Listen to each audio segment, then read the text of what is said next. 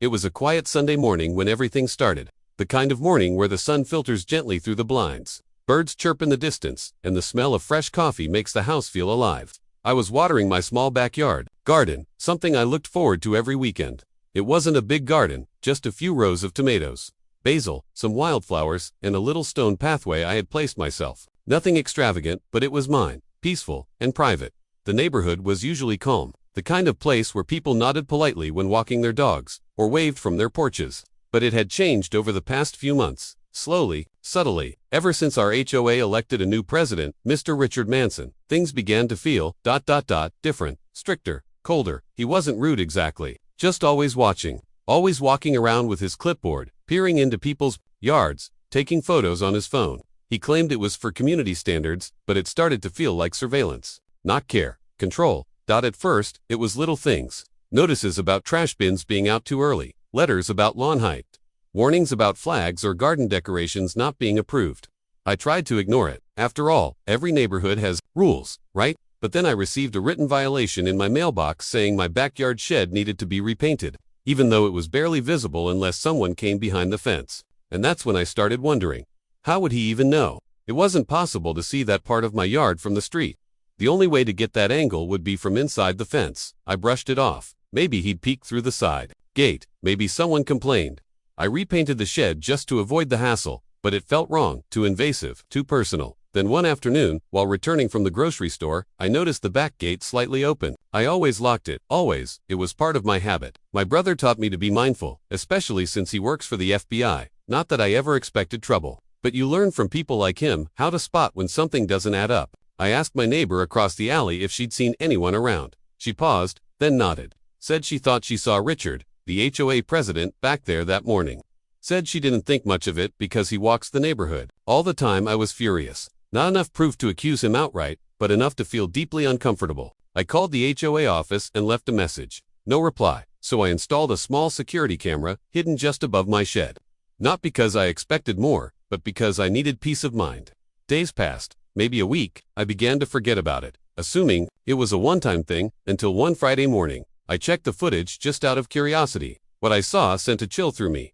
There he was, Richard, walking into my backyard. No permission, no knocking. He opened the gate, looked around, walked to the shed, stood there, pulled out a tape measure, and started writing something on his clipboard. He stayed for at least 5 minutes. I watched the footage 3 times to be sure. He wasn't inspecting, he was invading my space, my property, my privacy. I didn't know what to do. A part of me wanted to confront him immediately. But my brother always said, you don't go to war without facts lined up and a plan in hand. So I called him. My brother, Nate, works in cybersecurity and surveillance for the FBI. He's quiet, methodical, and doesn't say much unless it matters. When I told him what happened, he didn't react with anger, just silence. Then he said calmly, send me the footage. All of it, don't say anything to anyone yet. So I did. Later that evening, he showed up at my house. Not just to visit, he was serious. He wore that expression I'd only seen a few times growing up, when someone crossed a line too far. Nate had already run a background check, and what he found made things even more complicated. Richard, the HOA president, had a prior record. Nothing dramatic, but enough to be suspicious, a dismissed trespassing charge years ago, and some civil complaints from his previous neighborhood about harassment. Nothing that stuck legally, but enough that a pattern was visible. Nate told me we needed to handle this the smart way. That meant gathering evidence, confirming intent, letting Richard dig his own hole if he was truly abusing his power. So we set up another camera, this time better hidden, covering a wider area. Then, we waited. A few days passed. Then it happened again. This time, Richard showed up around 7:15 a.m. He must have assumed I'd be inside getting ready for work. He entered my yard again, walked around with his usual clipboard, took photos, and even opened the shed. The camera caught everything. Nate watched the footage silently with his arms crossed, then nodded once. That's enough, he said. Let's make a move. But it wasn't going to be a confrontation in the street. Nate insisted we stay calm, follow procedure, and expose this the right way. We printed stills of the footage, logged every date and time, documented the violations, the overreach, and the legal boundaries he'd crossed. Nate drafted a formal complaint to the HOA board, but that was just the first step. The next came on a Saturday morning. The HOA had scheduled a community standards review meeting in the clubhouse. Richard, of course, was leading it. Nate and I showed up, not to cause a scene, but to make a statement. quietly, legally, strategically, as neighbors filtered into the room. Many greeted Richard politely, some with slight discomfort. The air felt tight. When the meeting started, Richard began his usual routine: updates on grass maintenance, new paint codes, and a reminder to all homeowners to respect guidelines. Then, when the floor opened for questions, Nate stood up, calm, clear, and without any emotion in his voice. He asked one question: is it standard HOA procedure for the president to enter private backyards without notice or consent? The room fell silent. Richard blinked. Well, sometimes, if there are ongoing violations. A brief visual inspection. Nate interrupted gently. What about entering the property, opening locked gates, and photographing private spaces? Is that also part of policy? Richard shifted, clearly uncomfortable. We always act within reason. It's about maintaining property values. Then, Nate stepped forward, pulled out a manila envelope, and placed it on the table. In that envelope are 3 time-stamped videos showing you, Mr. Manson, trespassing on private property without consent. Multiple times, entering locked areas, inspecting spaces not visible from the street, including entering a private shed. Gasps filled the room. Richard looked stunned. The board members leaned in. And for the record, Nate continued, I work in federal investigations. I know what trespassing is. I also know how abusive authority works. This isn't about enforcing rules. This is harassment. This is unlawful entry. And we have more if needed. Richard didn't respond. The board immediately motioned to end the meeting early. A follow-up was promised. And from that moment, things began to shift. Over the next few weeks, Richard's influence began to crumble. Other neighbors came forward with stories, warnings, threats, unauthorized photos. The board began reviewing all actions taken under his leadership. Eventually, he was forced to resign. A formal apology was issued to me and several others, and peace began to return to the neighborhood. But what stayed with me the most wasn't just the relief, it was how quietly abusive power can grow, how fear keeps people silent, and how important it is to have someone on your side who knows how to fight back with truth, not anger. That day, my brother didn't just help me protect my backyard, he helped me protect my dignity. After that HOA meeting, everything changed. It was as if a silent tension had broken across the neighborhood.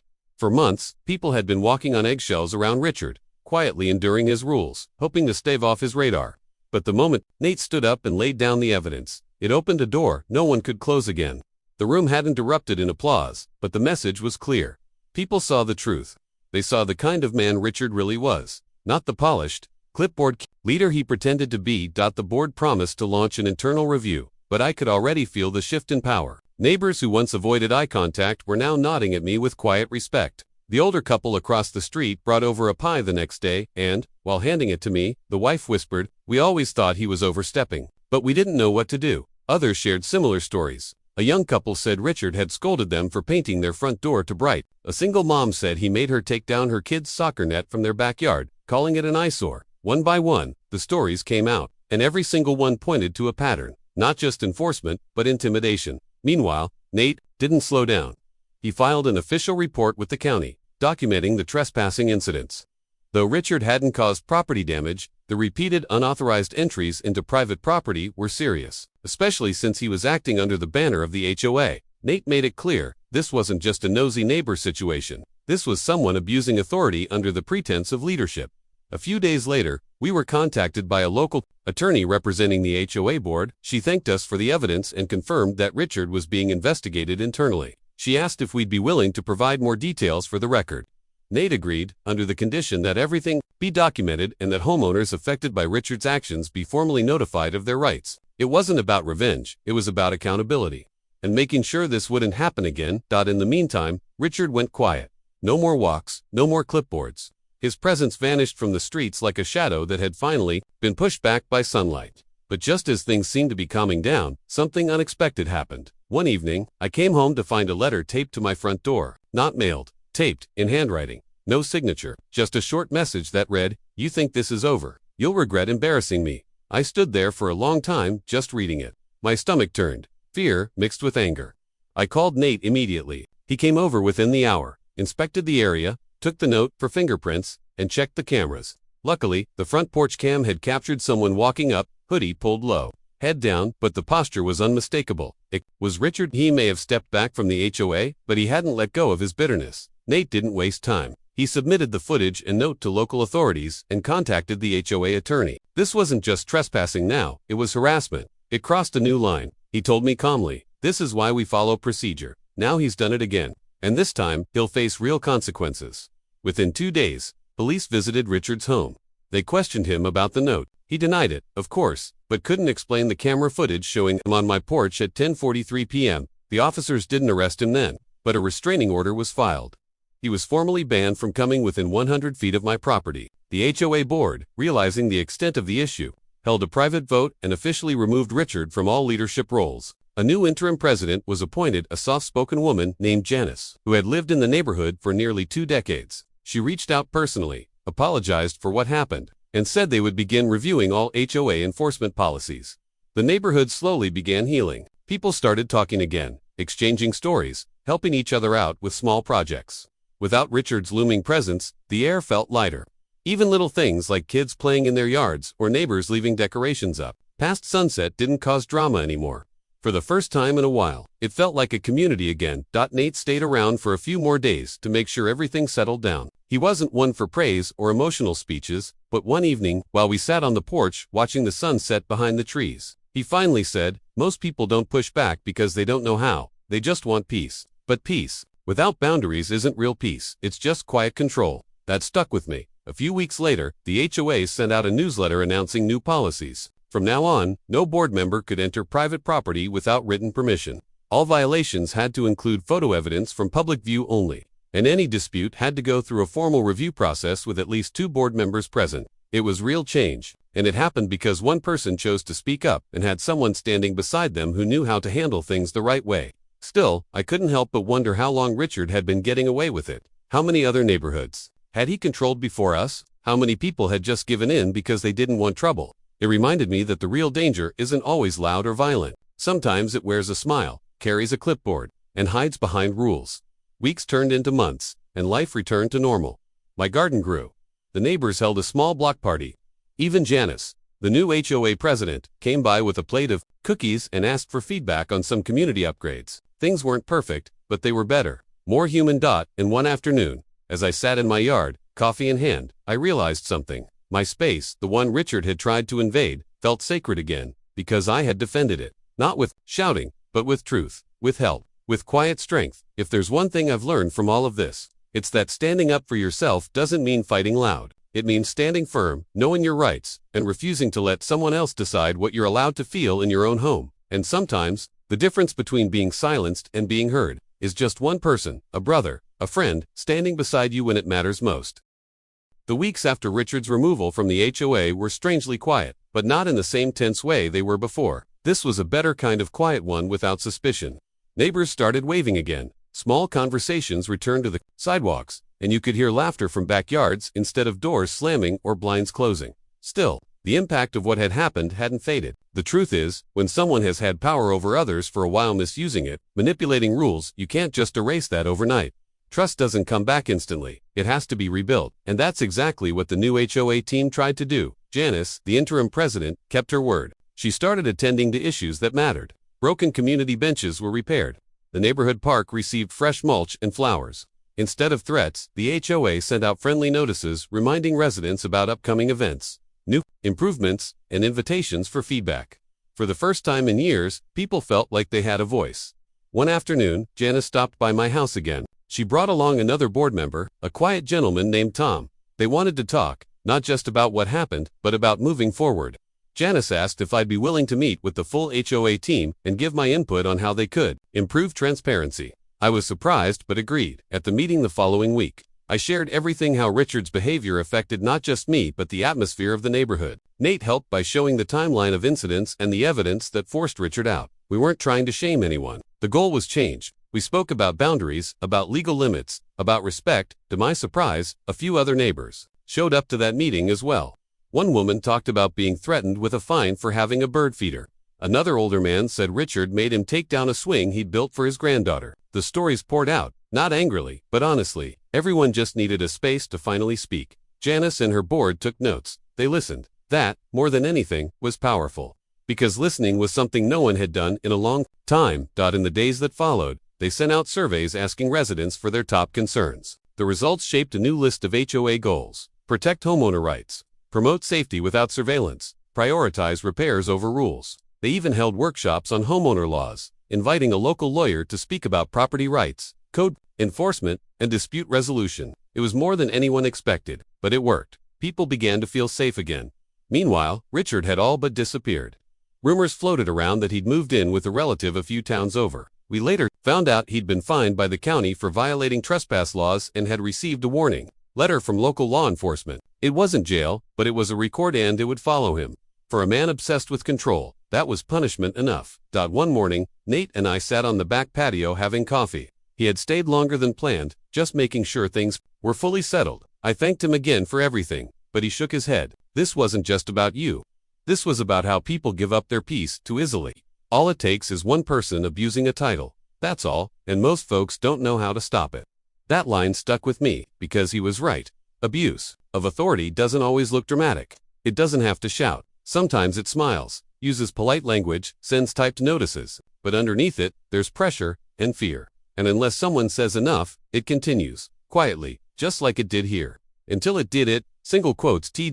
In the weeks that followed, I noticed something else. My relationship with my neighbors changed, too. Before all this, we had lived side by side for years, but barely knew each other. Now, we'd chat about our days, help each other carry in groceries, water each other's plants during vacations. A neighborhood that had once been divided by quiet fear was becoming a real community. Even simple things, like kids playing hopscotch on the sidewalk or someone stringing up fairy lights on their porch, felt like acts of freedom.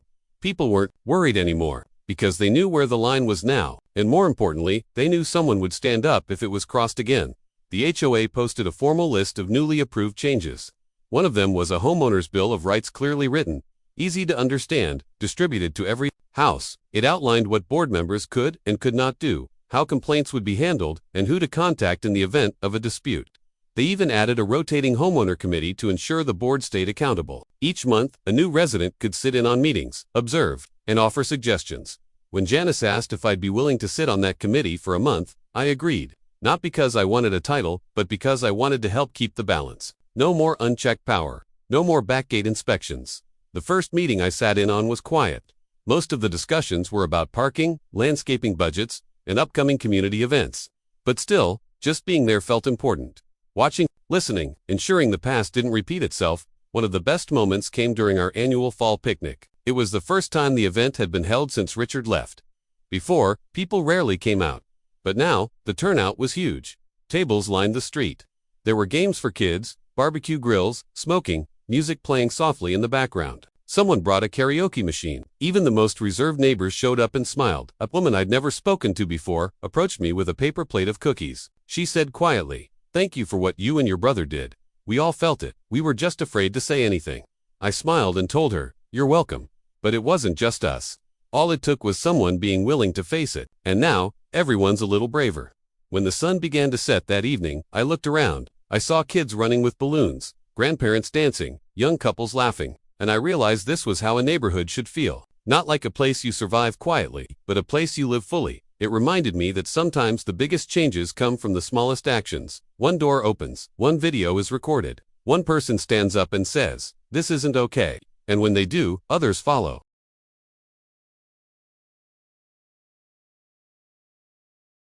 The fall picnic felt like a turning point, not just for me, but for everyone in the neighborhood. It wasn't only the fun or the food. It was the atmosphere. People smiled without tension. They talked freely without looking over their shoulders. For the first time in a long time, the neighborhood felt like home again. And that's when it really sank in. What my brother Nate and I had done wasn't just about my backyard. It had reset something much bigger: trust, confidence, safety. After the event, Janice invited us to speak briefly at the next HOA meeting. She said people were asking more about the rights we had discussed, how homeowners could protect themselves legally and respectfully. At first, I wasn't sure. I wasn't a lawyer. I didn't want to be the neighborhood spokesperson. But Nate encouraged me. He said real change comes when regular people share what they've learned. So I did. At the meeting, I told our story not with anger, but with clarity. I explained what happened, how I noticed the signs, how I documented everything quietly, and why I didn't confront Richard directly. I talked about the fear of retaliation, and how Nate's advice made all the difference. And most importantly, I explained what others could do too. Pay attention, ask questions, trust your instincts, document everything. Then Nate spoke, calm, measured, and straight to the point. He explained what trespassing meant in legal terms, what your rights were as a property owner, and how even an HOA president has boundaries. He talked about patterns of power abuse, how they often start small, go unnoticed, and grow when no one stops them. And he gave tips on how to protect your home, both physically and legally, without turning your life into a battle zone. People were quiet while he spoke, but not because they were uninterested. They were absorbing every word. And when he finished, the room filled with questions, smart, honest, and important ones. What do you do if someone enters your backyard without permission but doesn't steal anything? Can the HOA fine you without evidence? How do you file a complaint if the board is protecting its own members? Nate answered every one of them patiently. And for the first time, people weren't scared to ask. After the meeting, several neighbors approached us and thanked us for being open. A few even admitted they had experienced similar things but didn't think anyone would care. And that's when Janice had the idea to create a simple guidebook for the neighborhood. Something residents could keep that outlined rights, responsibilities, and red flags to watch for. We offered to help. Over the next 2 weeks, Nate and I worked with Janice and the other board members to put together a clear, easy-to-understand guide. It wasn't full of legal jargon, just simple truths. What the HOA could and could not do, how to document violations, who to contact when you feel unsafe, when to involve authorities. We added a checklist for homeowners, basic things like installing cameras, knowing property lines, and reading the bylaws carefully. We called it Know Your Space. It wasn't flashy, but it was powerful. Every household received a printed copy. It even included a hotline number for anonymous reporting. Janice said the response was overwhelming. People felt seen, heard, and protected. Nate stayed for a few more days to help finish the project. During that time, I noticed something change in him too. He's always been quiet, focused on his work, but now, he was engaging more, opening up. One evening, he told me something I hadn't heard before. He said that in his line of work, he sees too many people broken down by systems that were supposed to protect them. People get hurt, not because the rules failed, but because those with power twisted the rules in their favor. And the worst part, most victims never speak up. They feel outnumbered, isolated, but what happened here was different. It started small, just a quiet pushback, a line drawn, and that was enough. Before he left, he looked around my backyard and said, "You turned this place into a home again, not because of the shed or the garden, but because you fought for your space. And now, others feel safe in theirs too." That meant more to me than I could say. Over the next few weeks, the changes kept coming. More people started attending the HOA meetings. More voices were heard. The board added a new rule. Every major decision would require a vote with homeowner input. The atmosphere wasn't perfect, but it was real, balanced. I also started noticing subtle things. People who used to keep their curtains closed now had them open. Kids were playing more freely outside. An elderly man who used to walk briskly past Richard's house now took his time. People were no longer afraid. Even the way neighbors interacted with each other improved. There was more patience, more generosity. When a fence needed mending, others offered help. When someone had surgery, meals were organized. It was a neighborhood again, not just a collection of houses. Then one day, something unexpected happened. I received a letter in the mail, a handwritten note. This time it was from Richard. It wasn't a threat, it wasn't dramatic, just a short apology. He said he didn't realize how much damage he had caused, that he let control get the best of him, that he hoped, in time, people would forget the worst and remember that he once tried to help before he went too far. I didn't know how to feel about it. Was it sincere? Maybe, maybe not. But either way, it didn't matter anymore. The neighborhood had moved on, grown stronger, and that, in itself, was enough. I showed the letter to Nate. He read it, nodded, and said simply, "Closure doesn't always come clean, but when people are watching, change stays." That night, I sat in my yard again, quiet, peaceful, and mine. I thought about everything that had happened. How a trespass turned into a lesson. How one small act of defiance exposed a pattern. How support, timing, and truth came together to reset everything. It reminded me that protecting your home isn't just about fences or cameras. It's about drawing a line, standing firm, and believing that your peace matters even if the person disturbing it is in a position of power. And sometimes, all it takes is one brave step and one loyal person by your side to turn the tide. Time has a way of smoothing out even the sharpest memories.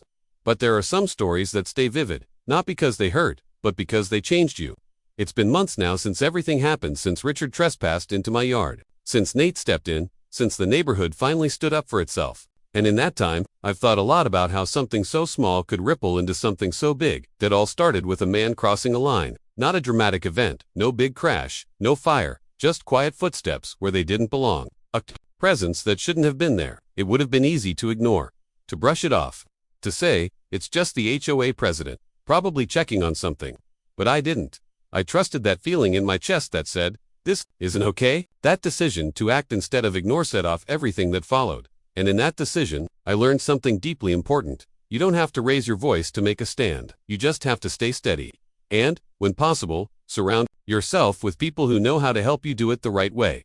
Nate had returned to his post a few weeks after our guidebook project finished. Back to investigations, back to real-world cases, much bigger than neighborhood disputes. But before he left, he made me promise one thing: never stop sharing the story. He said it wasn't just about stopping Richard, it was about reminding people that power, when unchecked, always looks harmless. Until it doesn't. So I began writing everything down. The trespassing, the warning signs, the way people slowly regained their voices, the fear that turned into courage. I wasn't planning to publish it or anything. It was, for me, a record of the quiet victory that turned into something bigger, but word spread. One day a woman from another nearby community reached out to me. She'd heard about what happened through a friend. Her HOA president had been doing similar things: zone-authorized warnings, camera threats, even shutting down community events without input. She asked if I had any advice. I told her the whole story. She listened, took notes, and said, "I thought I was overreacting. I thought I was the only one who felt it." She wasn't, and neither was I. In the following months, I ended up talking to half a dozen people from different neighborhoods, all sharing the same core problem: someone with just enough authority to make their lives uncomfortable, and no system to hold them accountable. It was like the same pattern repeating across different zip codes. So, with Nate's help from a distance, we updated the original guidebook and turned it into a template. Protecting Your Space, a homeowner's guide to boundaries and rights. We made it simple, printable, free, and people started using it. A woman named Carla, a retired teacher, printed it and gave it to her entire block. A man named Luis handed it out at a community potluck. A couple in Florida emailed me saying they shared it with their local HOA and were able to push back on some unfair policies because of it. I never imagined my little backyard incident would become something like this.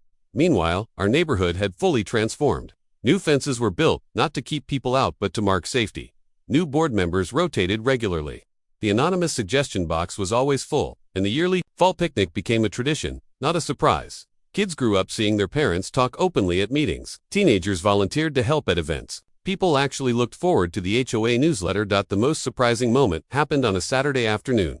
I was raking leaves when a black SUV pulled up. Out stepped Richard, older now, not just in appearance, but in posture. He walked slowly, no clipboard, no sharp looks. Just a man who once lost himself in control and came to face the consequences. He didn't step onto my property. He stood at the edge of the sidewalk and said, "I don't expect forgiveness, but I wanted to say, thank you. You reminded me what it means to be part of a community." And with that, he left. I didn't need anything more. Closure isn't always a door slamming. Sometimes it's just quiet understanding that the story's over and you're okay. As I sit on my back patio now, watching the wind move gently through the trees, I think about the journey. Not just mine, but everyone's.